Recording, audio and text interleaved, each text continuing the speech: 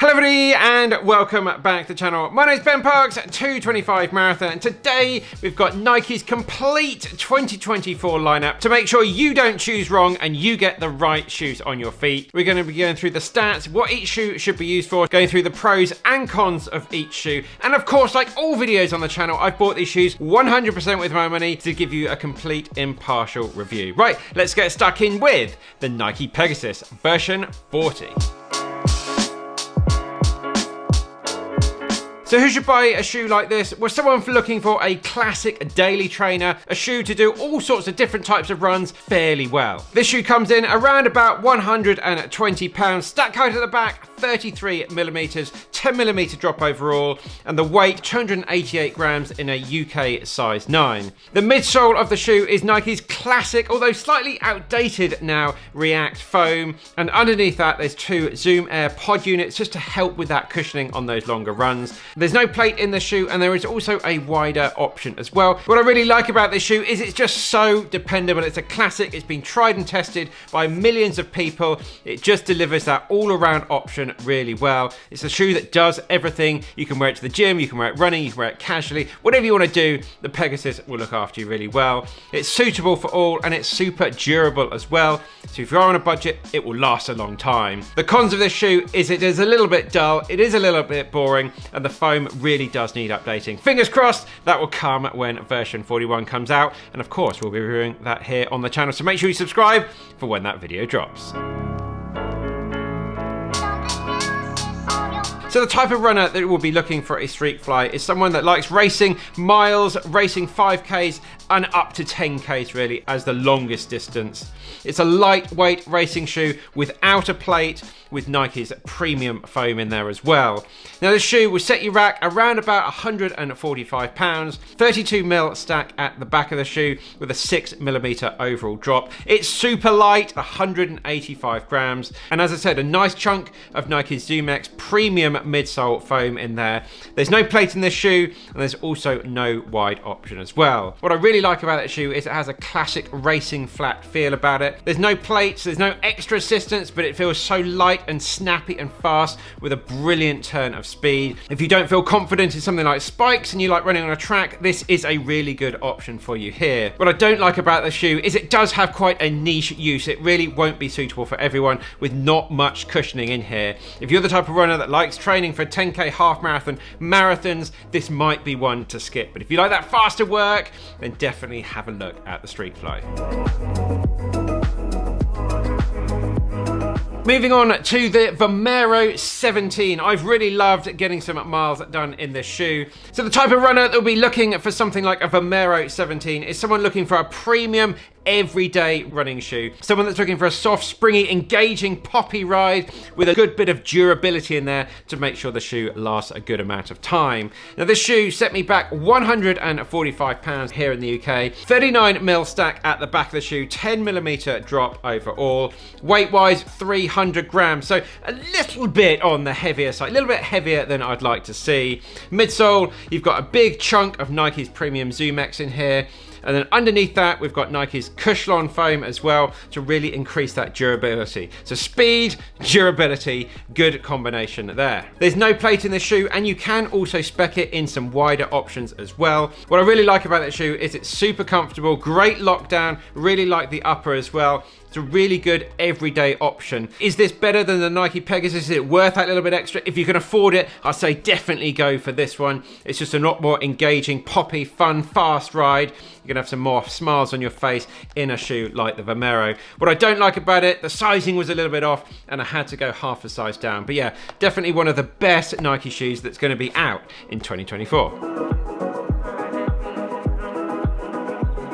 So the type of runner that's looking for an InfinityRN version 4 now is someone that's looking for a little bit of extra stability and a little bit of extra support with a nice sort of soft cushion ride to go about their runs. Now this shoe set me back £155, 39mm stack at the back of the shoe, a big increase over the outgoing model, and then a 9mm drop overall. In terms of weight, about 314 grams for a UK size 9, and it has a big chunk of Nike's new React X foam running throughout the shoe here. There's no plate in this shoe, and you can also spec it in a wide option as well.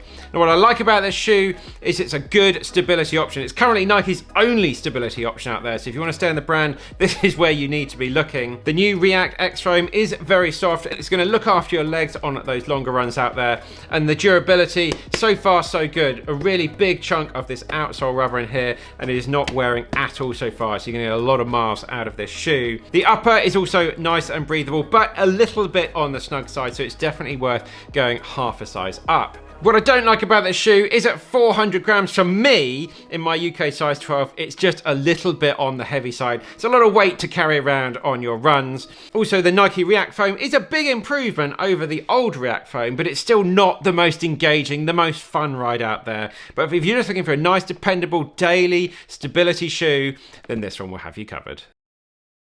I just want to say a massive thank you to everyone that smashed that like button, has left a comment down below, subscribed to the channel, and also checked out my website, benparks.com, where I have the best running hats in the business, some great merch for the channel, and also we've got an amazing selection of training plans with over 3,000 5-star reviews as well. These videos are quite expensive to put together, and it's through all of your love and generosity that makes this possible. So thank you so much. Right, back to the video.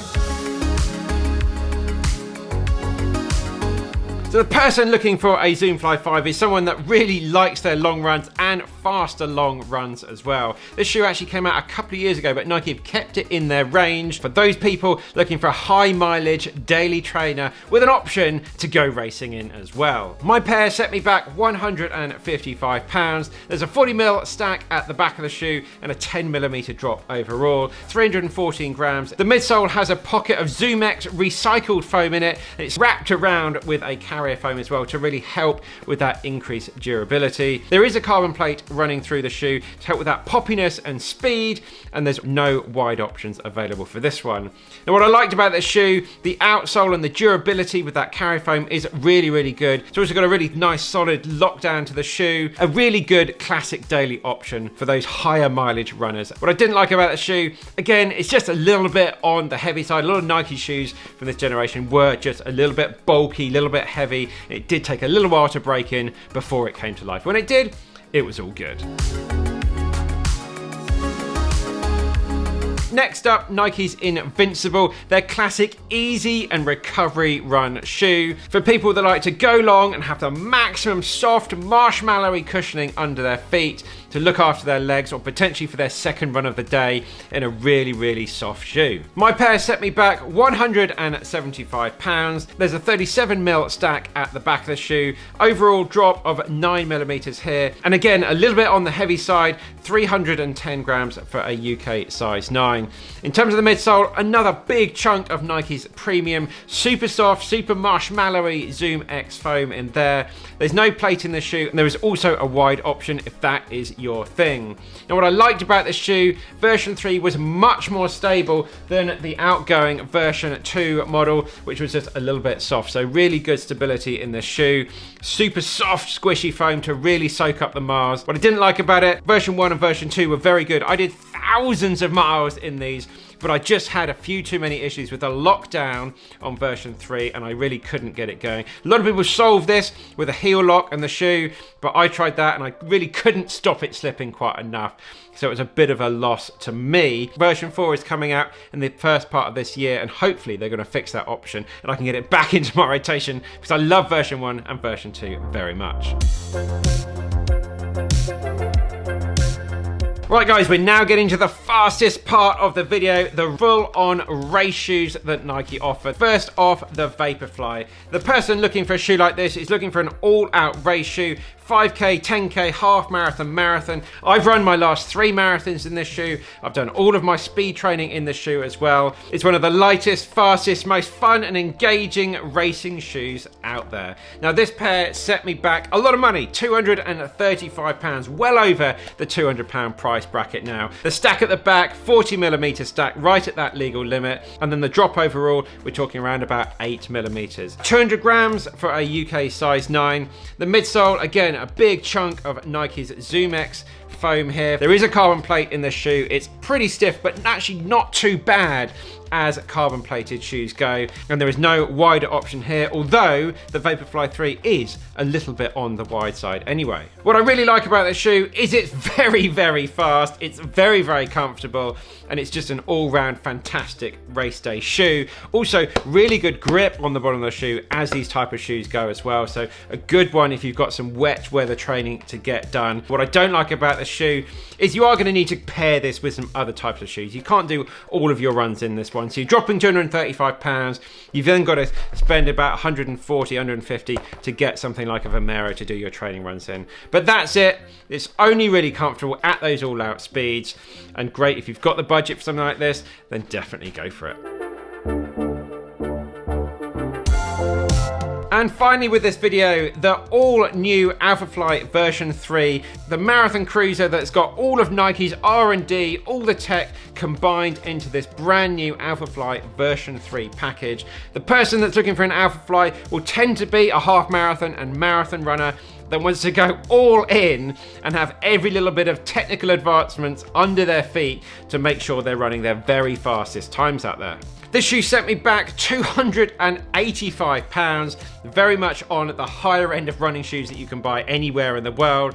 Stack height, 40mm stack at the back of the shoe, 8mm drop overall. Midsole, you're talking another huge chunk of Nike's Zoom X foam in here. Then you've got 2 of Nike's Air Zoom pods at the front of the shoe, which are underneath these orange rubbery sections here, really giving you that extra springiness, that extra poppiness that Alphafly will deliver. Version 3 has had a big weight drop as well. For me and my size, about 50 grams lighter. For comparison, we're talking about 218 grams for a UK size 9. There's also no wide option in this shoe. Although like the Vaporfly, it's not too bad. You've got a good amount of width in there for those wider footed runners. Now talking about my likes about this shoe, it's fast. It's a very, very fast. The fastest shoe I've ever run in, without a doubt. It's going to be my next race day shoe when we line up in Seville in a few weeks. It's also the most comfortable Alphafly that I've ever run in. The second version had a lot of problems in the arch support here, with people getting a lot of chafing, a lot of blistering in that area. They've really updated that in this version, and that has gone away. It's very poppy, it's very engaging, it encourages a very nice landing underneath those AirPods. It's now a lot more natural to run in as well compared to the old version with this new one piece of midsole, and you just cover the ground so much more smoothly with each foot strike. What I don't like about it, it's still a little bit on the noisy side,